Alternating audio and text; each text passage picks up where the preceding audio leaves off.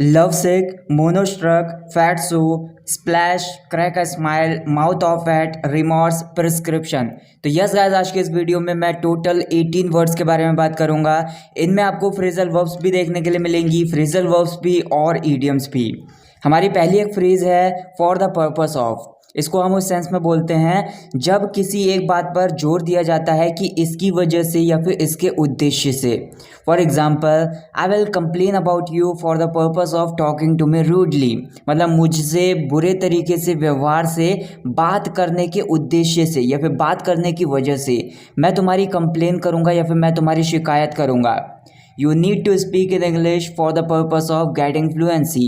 मतलब फ्लुएंसी को पाने के उद्देश्य से या फिर फ्लुएंसी को पाने के इरादे से या फिर फ्लुएंसी को पाने की वजह से तुम्हें अंग्रेजी में बात करने की ज़रूरत है।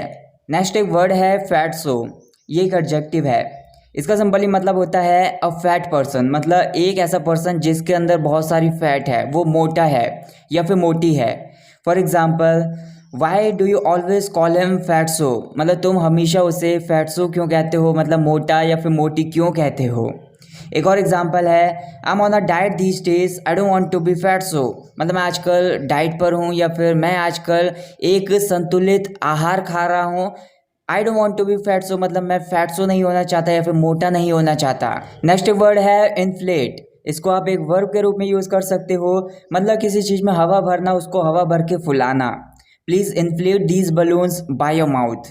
मतलब अपने मुंह से हवा भर के कृपया इन बलून्स को या फिर इन गुब्बारों को फुला दो या फिर इनमें हवा भर दो।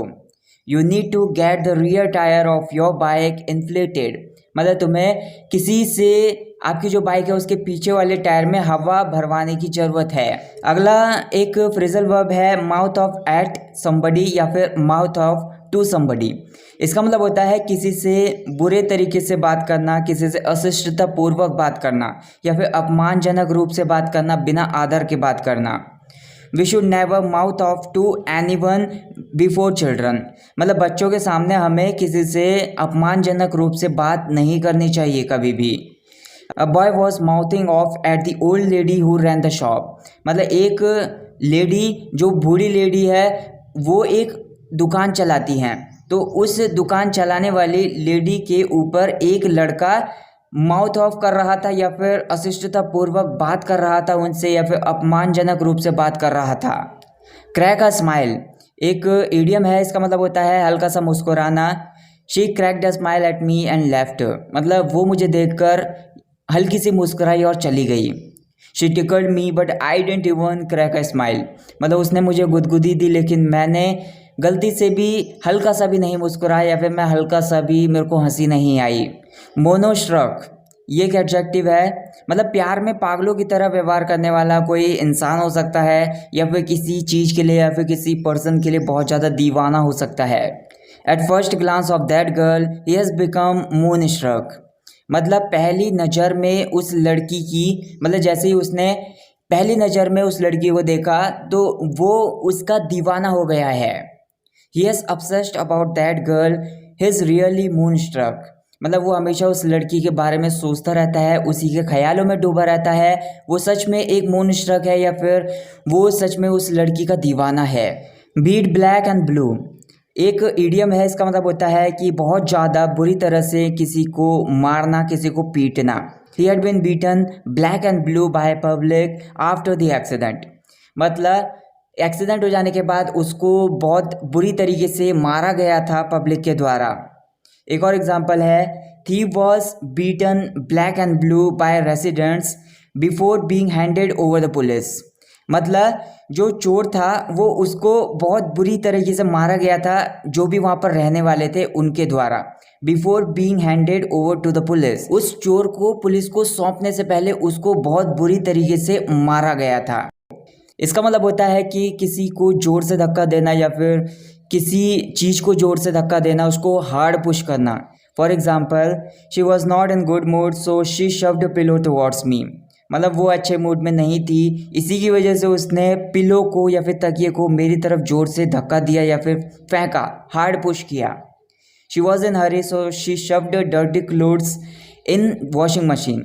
मतलब वो जल्दी में थी, तो इसी की वजह से जो भी गंदे कपड़े थे उसने वॉशिंग मशीन में मतलब जोर से धक्का दिया, जोर से उनको फेंका वॉशिंग मशीन के अंदर और वो चली गई। लव सिक एक एडजेक्टिव है, मतलब एक ऐसा पर्सन है जो किसी के प्यार में पड़ा हुआ है या फिर उससे वो बहुत ज़्यादा प्यार करता है या करती है, लेकिन जिससे वो प्यार करता है वो उससे प्यार नहीं करती। या फिर कोई लड़की है, अगर वो किसी से प्यार करती है तो वो लड़का उससे प्यार नहीं करता। एक तरफा प्यार करने वाला इंसान बोल सकते हो। He knows very well that she gives him cold shoulder. However, he is in love with that girl. He is such a lovesick. मतलब वो अच्छे तरीके से जानता है कि वो लड़की उसे भाव नहीं देती, मतलब उसकी तरफ देखती भी नहीं है, उसे नज़रअंदाज करती है, फिर भी वो उस लड़की के प्यार में है, उससे लड़की से प्यार करता है। वो सच में एक तरफा प्यार करने वाला इंसान है। नेक्स्ट एक वर्ड है हमारा आउस्ट। ये एक वर्ब है, मतलब किसी की पावर को कम कर देना, उसके अधिकारों से उसे वंचित कर देना, उसके अधिकार उससे छीन लेना। I will oust him from home, मतलब मैं उसके घर में रहने का अधिकार उससे छीन लूँगा या फिर उसे घर से निकाल दूंगा। एक और एग्जाम्पल है, he should be ousted from power, मतलब उसकी जो भी पावर है उसकी पावर को उससे छीन लेना चाहिए या फिर उसके अधिकारों को उससे छीन लेना चाहिए। स्प्लैश ये एक वर्ब है, इसका मतलब होता है छप छप करना, पानी में छप छप करना या फिर पानी का छिड़काव करना। Children are splashing around the pool and enjoying, मतलब जो बच्चे हैं वो पूल के अंदर छप छप कर रहे हैं या फिर पानी के साथ खेल रहे हैं और मज़े कर रहे हैं। एक और एग्जांपल है, don't splash me otherwise I will get wet, मतलब मुझ पर पानी का छिड़काव मत करो। डोंट स्प्लैश मी, नहीं तो मैं भीग जाऊंगा। रिमॉर्स एक नाउन है, इसका मतलब होता है गलती करने का दुख या फिर गलती करने का कोई अफसोस बोल सकते हो। He felt no remorse for whatever he did in front of his elders, मतलब जो कुछ भी उसने अपने से बड़ों के सामने किया उस चीज़ के लिए उसे बिल्कुल भी पछतावा नहीं है, बिल्कुल भी दुख नहीं है, बिल्कुल भी अफसोस नहीं है। तो इस चीज़ का उसने जो भी गलती की है उसका बिल्कुल भी अफसोस नहीं किया। एक्सर्शन एक नाउन है, इसका मतलब होता है श्रम, प्रयास बोल सकते हो या फिर किसी चीज़ के लिए बहुत ज़्यादा प्रयत्न बोल सकते हो, शारीरिक तौर पर बहुत ज़्यादा मेहनत बोल सकते हो। Every person get success after much exertion, मतलब बहुत ज़्यादा मेहनत करने के बाद, बहुत ज़्यादा प्रयास करने के बाद, बहुत ज़्यादा शारीरिक तौर पर श्रम करने के बाद हर कोई सक्सेस पाता है। एक और एग्जाम्पल है, if you study hardly now you will not have to work with exertion, मतलब अगर तुम बहुत ज़्यादा हार्डली मेहनत करते हो या फिर बहुत ज़्यादा मेहनत से बहुत ज़्यादा जी जान लगा कर पढ़ाई करते हो तो तुम्हें आगे चलकर बहुत ज़्यादा मेहनत से या फिर शारीरिक तौर पर बहुत ज़्यादा श्रम करके या फिर परिश्रम करके काम नहीं करना पड़ेगा। आफ्टरवर्ड्स एक कॉन्ट्रैक्शन है, इसका मतलब होता है बाद में। Afterwards I felt bad for what ever I said, मतलब बाद में मुझे बहुत ज़्यादा बुरा महसूस हुआ जो कुछ भी मैंने कहा उस चीज़ को लेकर। It rained in Nainital afterwards we had to stay there at night, मतलब हम नैनीताल में थे तो नैनीताल में बारिश पड़ गई तो उसके बाद हमें वहीं पर रुकना पड़ा रात को। अगला एक वर्ड है हमारा लकीली, ये एक एडवर्ब है, मतलब भाग्य से। For example, luckily I reached home before it started raining, तो यहाँ पर ये बोला जा रहा है कि मैं बाजार में था तो बारिश शुरू होने वाली थी या फिर बादल आ गए थे या फिर मौसम बिगड़ गया था, तो बारिश शुरू होने से पहले भाग्य से मैं घर पहुँच गया। एक और एग्जाम्पल है, you married that girl luckily, मतलब उस लड़की के साथ भाग्य से तुमने शादी की या फिर तुम्हारा भाग्य अच्छा था कि तुमने उस लड़की से शादी की। बी ऑल थम्स ये एक इडियम होती है, इसका मतलब होता है कि कुछ है जो कि बहुत ज़्यादा भद्दा है, बेढंगा तरीके से है कुछ, या फिर कुछ बेढंगे तरीके से करना, कोई एक्टिविटी परफॉर्म करना। I am not good at singing, I am all thumbs, मतलब मैं सिंगिंग को लेकर अपनी योग्यता बता रहा हूँ कि मुझे गाना अच्छे तरीके से नहीं आता है, मैं सिंगिंग में बहुत अच्छा नहीं हूँ, तो मैं अगर सिंगिंग करता भी हूँ तो बहुत ज़्यादा बेढंगे तरीके से करता हूँ या फिर भद्दे तरीके से करता हूँ। I thought you would be able to do this work very well, you are all thumb, मतलब मैंने सोचा कि तुम इस काम को बहुत अच्छी तरीके से कर लोगे लेकिन तुमने इसे बहुत बेढंगे तरीके से या फिर भद्दे तरीके से किया।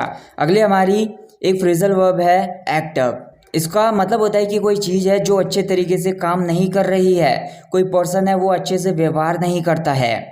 For example, while coming back my home my car acted up on my way. मतलब घर वापस आते समय जो मेरी कार थी वो अचानक से रास्ते में ही खराब हो गई या फिर चलते चलते रुक गई। Your child always acts up while going to school. मतलब स्कूल जाते समय तुम्हारा जो बच्चा है वो हमेशा एक्टिंग करता है या फिर बहुत ज़्यादा भद्दे तरीके से या फिर बोल सकते हो अलग ही तरीके से व्यवहार करता है जो कि अच्छा नहीं होता। प्रिस्क्रिप्शन ये एक नाउन है। इसका मतलब होता है कि डॉक्टर द्वारा लिखा हुआ दवाई का पर्चा, जिसमें दवाई लिखी रहती है, उस पर्चे को बोलते हैं prescription. Buy this medicine from medical store that is written on this prescription. जो इस प्रिस्क्रिप्शन में या फिर दवाई के पर्चे में दवाइयाँ लिखी हुई हैं, इन दवाइयों को मेडिकल स्टोर से ले लो या फिर मेडिकल स्टोर से खरीद लो। Show me the prescription to give you tablets. मतलब मुझे प्रिस्क्रिप्शन दिखाओ या फिर दवाइयों का जो पर्चा है वो दिखाओ ताकि मैं आपको टैबलेट्स दे सकूं। So that's it guys for this video. I hope आपने ये वीडियो यहाँ तक देख ली होगी। मैं चाहता हूँ कि आप कमेंट्स में 1371 टाइप करके मेरे को कमेंट करके बताना। इससे मुझे पता चल जाएगा कि आपने वीडियो को लास्ट तक देखा है। और आपके जो भी डाउट्स हैं उनको मेरे को कमेंट करके बता देना। Thank you so much for watching this video. I will catch you in the next video. Take care.